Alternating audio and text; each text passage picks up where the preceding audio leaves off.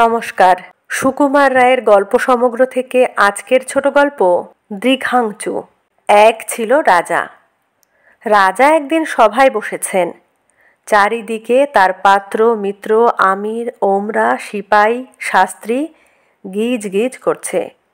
এমন সময় কোথা থেকে একটা দাঁড়কাক উড়ে এসে সিংহাসনের ডান দিকে উঁচু থামের উপর বসে ঘাড় নিচু করে চারদিক তাকিয়ে অত্যন্ত গম্ভীর গলায় বলল, কথা নেই বার্তা নেই, হঠাৎ এরকম গম্ভীর শব্দ। সভাশুদ্ধ সকলের চোখ একসঙ্গে গোল হয়ে উঠল। সকলে একেবারে একসঙ্গে হা করে রইল। মন্ত্রী এক তাড়া কাগজ নিয়ে কি যেন বোঝাতে যাচ্ছিলেন। হঠাৎ বক্তৃতার খেই হারিয়ে তিনি বোকার মতো তাকিয়ে রইলেন। দরজার কাছে একটা ছেলে বসেছিল। সে হঠাৎ ভ্যা করে কেঁদে উঠল। যে লোকটা চামর দোলাচ্ছিল, চামরটা তার হাত থেকে ঠাই করে রাজার মাথার উপর পড়ে গেল। রাজা মশাইয়ের চোখ ঘুমে ঢুলে এসেছিল। তিনি হঠাৎ জেগে উঠেই বললেন, জল্লাদ ডাক। বলতেই জল্লাদ এসে হাজির। রাজামশাই বললেন, মাথা কেটে ফেল। সর্বনাশ! কার মাথা কাটতে বলে? সকলে ভয়ে ভয়ে নিজের নিজের মাথায় হাত বুলাতে লাগলো। রাজামশাই খানিকক্ষণ ঝিমিয়ে আবার তাকিয়ে বললেন, কই মাথা কই? জল্লাদ বেচারা হাত জোড় করে বলল, আজ্ঞে মহারাজ, কার মাথা? রাজা বললেন, বেটা গোমুখ্য কোথাকার, কার মাথা কি রে? যে ওই রকম বিটকেল শব্দ করেছিল তার মাথা।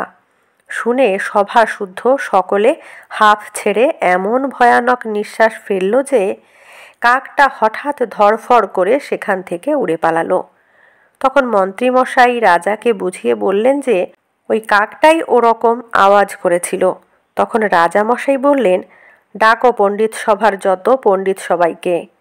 হুকুম হওয়া মাত্র 5 মিনিটের মধ্যে রাজ্যের যত পণ্ডিত সব সভায় এসে হাজির। তখন রাজামশাই পণ্ডিতদের জিজ্ঞাসা করলেন, এই যে একটা কাক এসে আমার সভার মধ্যে আওয়াজ করে গোল বাঁধিয়ে গেল, এর কারণ কিছু বলতে পারো? কাক আওয়াজ করলো, তার আবার কারণ কি? পণ্ডিতরা সকলে মুখ চাওয়াচাই করতে লাগলেন। একজন ছোকরা মতো পণ্ডিত খানিকক্ষণ কাচুমাচু করে জবাব দিল, আজ্ঞে, বোধহয় তার খিদে পেয়েছিল। রাজামশাই বললেন, তোমার যেমন বুদ্ধি, খিদে পেয়েছিল তা সভার মধ্যে আসতে যাবে কেন? এখানে কি মুড়ি মুড়কি বিক্রি হয়? মন্ত্রী, ওকে বিদেয় করে দাও। সকলে মহা তম্বি করে বললে, হা হা, ঠিক ঠিক, ওকে বিদেয় করুন। আর একজন পণ্ডিত বললেন, মহারাজ, কার্য থাকলেই তার কারণ আছে। বৃষ্টি হলেই বুঝবে মেঘ আছে, আলো দেখলেই বুঝবে প্রদীপ আছে।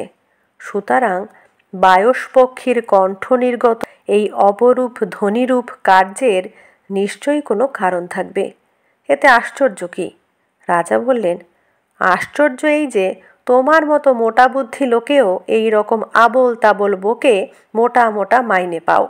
মন্ত্রী, আজ থেকে এর মাইনে বন্ধ করো। অমনি সকলে হা হা করে উঠলেন, মাইনে বন্ধ করো।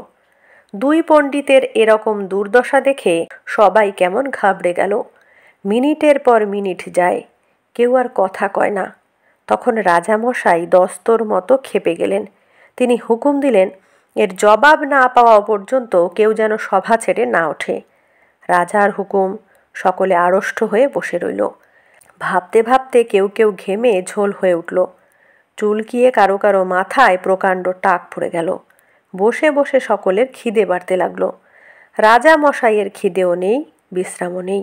তিনি বসে বসে ঝিমুতে লাগলেন। সকলে যখন হতাশ হয়ে এসেছে আর মনে মনে পণ্ডিতদের মূর্খ অপদার্থ নিষ্কর্মা বলে গালি দিচ্ছে, এমন সময় রোগা শুটকো মতো একজন লোক হঠাৎ বিকট চিৎকার করে সভার মাঝখানে পড়ে গেল। রাজা মন্ত্রী পাত্র মিত্র উজির নাজির সবাই ব্যস্ত হয়ে বললেন, কি হলো, কি হলো? তখন অনেক জলের ছিটা, পাখার বাতাস আর বলা কওয়ার পর লোকটা কাঁপতে কাঁপতে উঠে বলল, মহারাজ, সেটা কি দাঁড়কাক ছিল? সকলে বলল, হা হা হা। কেন বলো দেখি? লোকটা আবার বলল, মহারাজ, সে কি ওই মাথার উপর দক্ষিণ দিকে মুখ করে বসেছিল, আর মাথা নিচু করেছিল, আর চোখ পাকিয়েছিল, আর ক করে শব্দ করেছিল? সকলে ভয়ানক ব্যস্ত হয়ে বললে, হা হা, ঠিক ওই রকম হয়েছিল। তাই শুনে লোকটা আবার ভেউ ভেউ করে কাঁদতে লাগলো আর বলতে লাগলো, হায় হায়, সেই সময়ে কেউ আমায় খবর দিলে না কেন? রাজা বললেন, তাই তো, একে তোমরা তখন খবর দাওনি কেন? লোকটাকে কেউই চেনে না, তবু সে কথা বলতে সাহস পেল না। সবাই বললে, হ্যাঁ, ওকে একটা খবর দেওয়া উচিত ছিল। যদিও কেন তাকে খবর দেবে আর কি খবর দেবে এ কথা কেউই বুঝতে পারল না। লোকটা খুব খানিকটা কেঁদে তারপর মুখ বিকৃত করে বললে, দৃঘাংচু। সে আবার কি? সবাই ভাবল লোকটা ক্ষেপে গেছে। মন্ত্রী বললেন, দীঘাঞ্চু কি হে? লোকটা বললে, দীঘাঞ্চু নয়, দৃঘাংচু। কেউ কিছু বুঝতে পারল না, তবু সবাই মাথা নেড়ে বলল, ও। তখন রাজামশাই জিজ্ঞাসা করলেন, সে কি রকম হে? লোকটা বলল, আগে আমি মূর্খ মানুষ, আমি কি অত খবর রাখি? ছেলেবেলা থেকে দৃঘাংচু শুনে আসছি, তাই জানি দৃঘাংচু যখন রাজার সামনে আসে তখন তাকে দেখতে দেখায় দ্বারকাকের মতো। সে যখন সভায় ঢোকে তখন সিংহাসনের ডান দিকের থামের উপর বসে মাথা নিচু করে দক্ষিণ দিকে মুখ করে চোখ পাকিয়ে ক বলে শব্দ করে। আমি তো আর কিছু জানি না, তবে পণ্ডিতেরা যদি জানেন।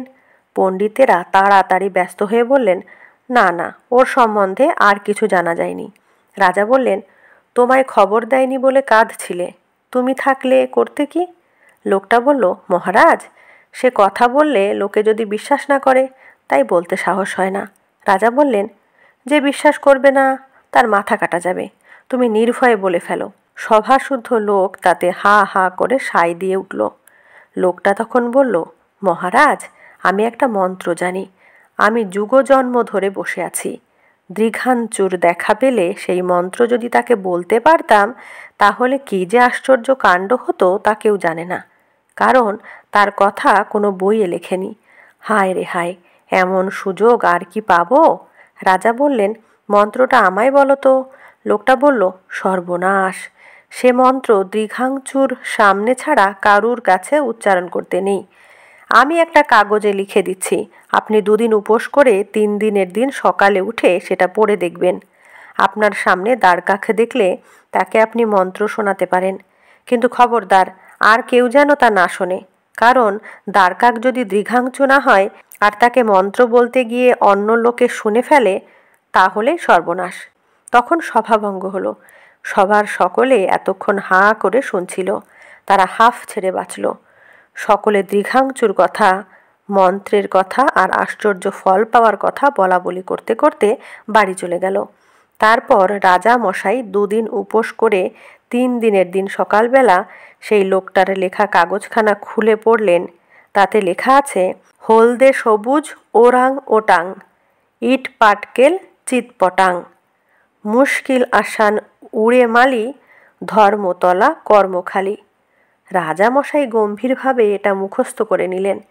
তারপর তিনি দ্বারকাক দেখলেই লোকজন সব তাড়িয়ে তাকে মন্ত্র শোনাতেন আর চেয়ে দেখতেন কোনো রকম আশ্চর্য কিছু হয় কি না। কিন্তু আজ পর্যন্ত তিনি দৃঘাংচুর কোনো সন্ধান পাননি। নমস্কার। কেমন লাগলো আজকের গল্পটি অবশ্যই কমেন্টে জানাবেন। ভালো লাগলে লাইক, কমেন্ট, শেয়ার করবেন। ধন্যবাদ।